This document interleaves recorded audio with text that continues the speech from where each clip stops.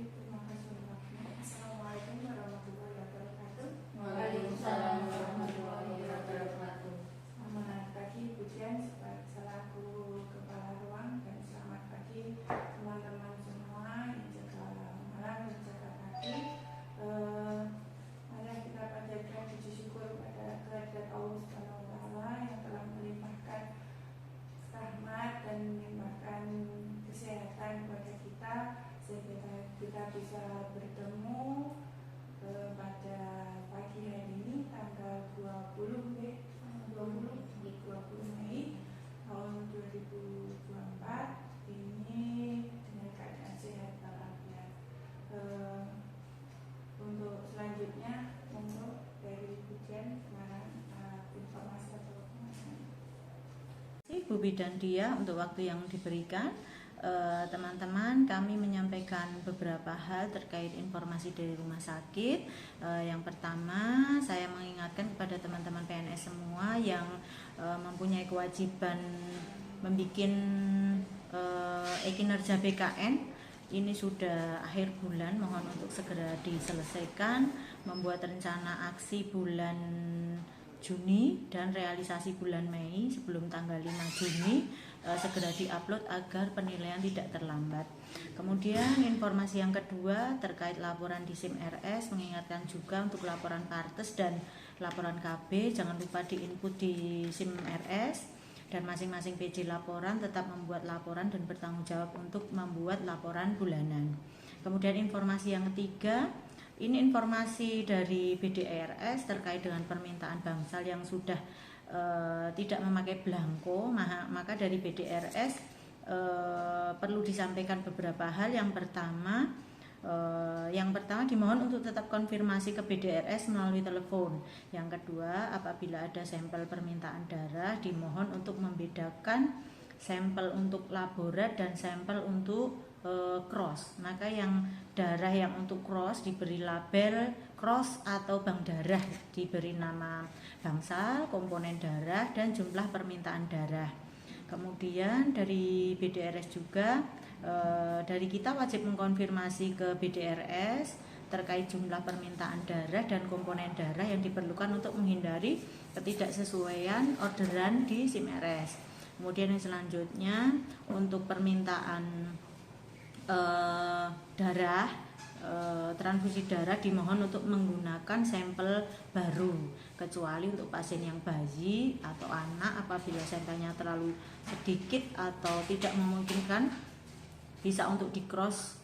Kalau selain itu mohon menggunakan sampel baru. Kemudian yang selanjutnya masih terkait BDRS, setiap ada permintaan darah atau mengambil darah dimohon untuk selalu membawa box dan ice pack. Apabila mengharuskan pinjam box darah dari BDRS, harap langsung dikembalikan karena jumlah boxnya di BDRS terbatas. Kemudian informasi yang selanjutnya, ini bulan ini ada perpindahan pelayanan di ruang E, F, dan G. Maka ada perpindahan rotasi pegawai, perawat, dan bidan.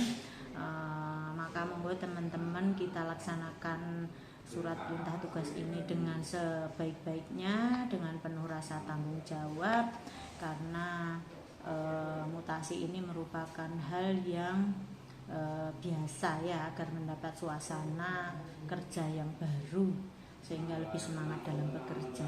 Kemudian yang terakhir, informasi terkait mahasiswa, ini Senin ini ada mahasiswa baru dari D3 Poltekkes sejumlah 10 orang yang akan dibagi ke ruangan Bougainville dan VK. Monggo teman-teman kita dampingi adik-adik mahasiswa ini untuk memenuhi target prakteknya, dan kita dampingi agar mahasiswa lebih aktif dan disiplin. Saya kira cukup informasi dari rumah sakit. Monggo Bu Diah dilanjutkan untuk handover selanjutnya. Terima kasih untuk informasinya Bu Dian. Untuk selanjutnya terkait laporan Katim yang malam untuk SDM, Sarkas, Alkes, obat, dan pasien ada masalah dalam pelayanan atau tidak. Monggo Bu Riwin. Baik, terima kasih atas kesempatan kesempatan yang diberikan kepada saya. Hari ini saya akan melaporkan kondisi pelayanan pasien malam di ruang IGD Connect. Yang pertama, untuk SDM malam yang jaga ada 3 orang bidan, tidak ada mahasiswa praktek, kemudian DJ DPJP-nya Usin, Dr. Doni. Kemudian untuk dokter jaga ada dokter anak spesialis anak, kemudian dokter bangsanya ada dokter Edi. Untuk sarpras, alkes semuanya dalam kondisi baik, ya. O2 yang kecil habis, di inkubator transport sudah dikeluarkan dan sudah dikulisi habis. Mohon untuk yang jaga pagi untuk bisa menindaklanjuti, untuk bisa kemudian diisi ulang. Kemudian untuk lampu kamar mandi pasien itu mati, belum ada laporan tertulis ke rumah tangga, jadi nanti mohon untuk yang pagi ini bisa menindaklanjuti.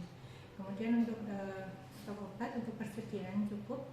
Kemudian tadi malam juga ada masalah pompa air, nih. Jadi air di tandon dan ini sudah lapor ke rumah tangga, sedang diperbaiki sehingga memungkinkan pagi ini ada bisa terjadi masalah ketersediaan air bersih. Jadi nanti untuk selanjutnya untuk evaluasi masalah pelayanan malam, total pasien malam ada 3 orang. Kemudian yang pertama yang kami laporkan ada Nyonya T, umur 31 tahun, G3P1A0, hamilnya 16 minggu.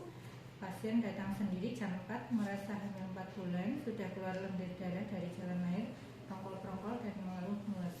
Kemudian untuk tanda objektifnya, tekanan darahnya 100/65, nadinya 80, kemudian suhunya 36,5 derajat, PFU 3 jari di atas simbisis, PPV darah warnanya merah tua, kurang lebih sekitar 50 cc.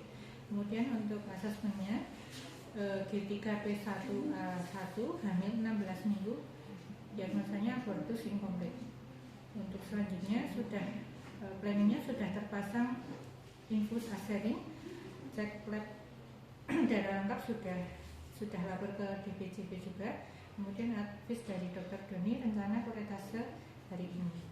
Kemudian untuk pasien yang kedua ada Nyonya R, 22 tahun, hamilnya 38 minggu, subjektif. Pasien datang jam 5, rujukan dari Puskesmas Brabak 1 dengan hamil dengan KPD, jadi 38 minggu dengan KPD 14 jam.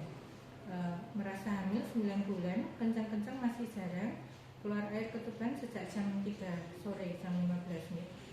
Untuk objektifnya, tekanan darah ada 118/70, kemudian nadinya 84, suhunya 36,5 derajat, untuk respirasi 21, hisnya belum ada, jadi tadi cuma setiap 10 menit cuma 1 kali, sekitar 20 detik durasinya. Kemudian untuk DJJ 145, VT-nya porsi lunak masih posterior, belum ada pembukaan.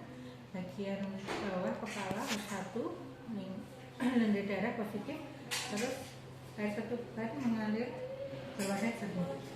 Terus selanjutnya untuk asesmen Nyonya R, usia 22 tahun, hamil 38 minggu, KPD 14 jam, belum infarksi.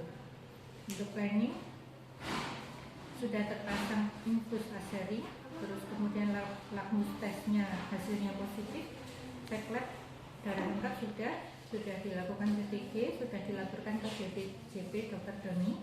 Advis injeksi amoksan 1 gram, kemudian induksi misoprostol 1/4 tablet, rencana pindah ke VK.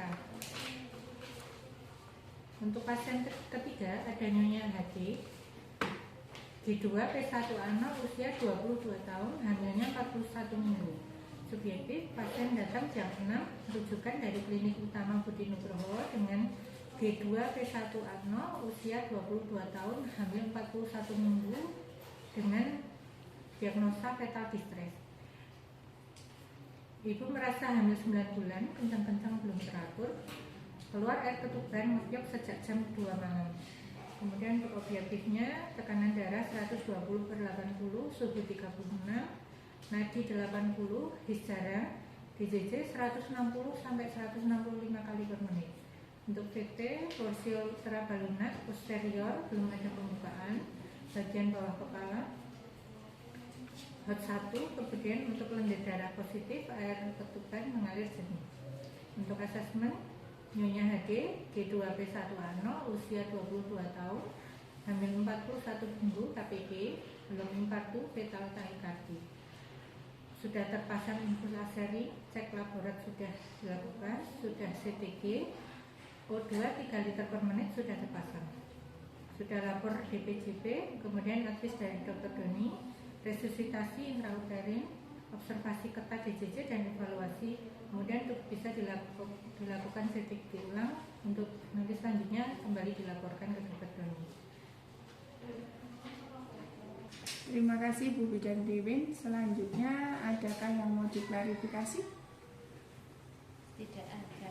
Ayo Bu Eni. Terima kasih, saya sebagai bidan pelaksana pagi mohon informasinya untuk 3 pasien ya Bu Wahyu. Yang pertama Nyonya T dengan hamil 16 minggu dengan AB inkomplit, rencana hari ini kira apakah sudah ada hasil laborat dan rencana kira jam berapa.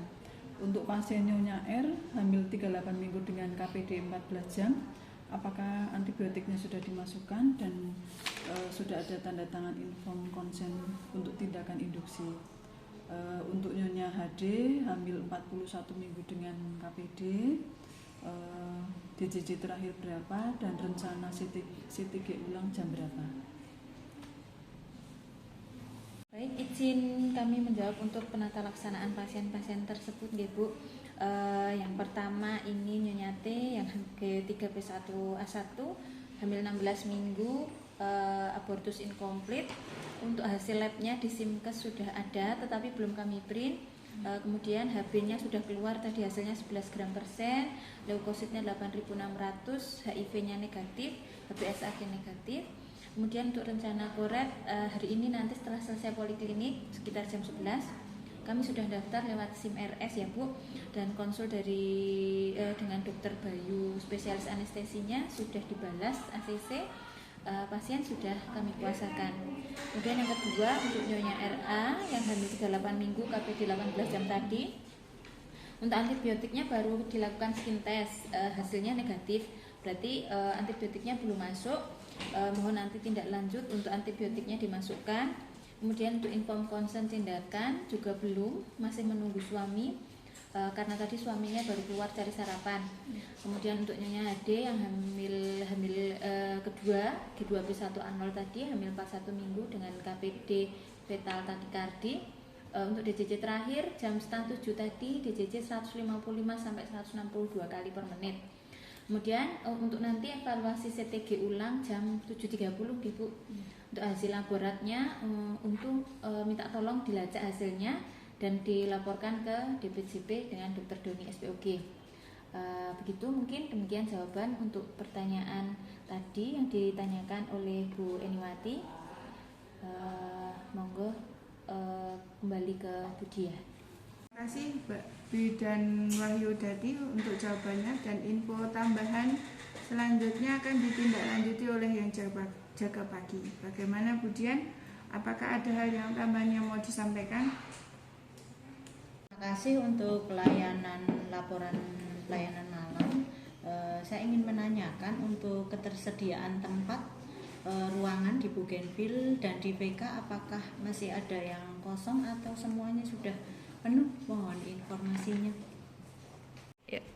Untuk ketersediaan tempat di PK masih ada tempat tidur 03, jadi pasien kita 3 yang masuk ke PK semua. Kemudian untuk ketersediaan tempat di Bougainville juga masih ada 04 di kelas 3. Kemudian tadi sudah kami pesankan tempat di Bougainville untuk pasien yang post kuret dari PK, jadi nanti bisa masuk ke Bougainville.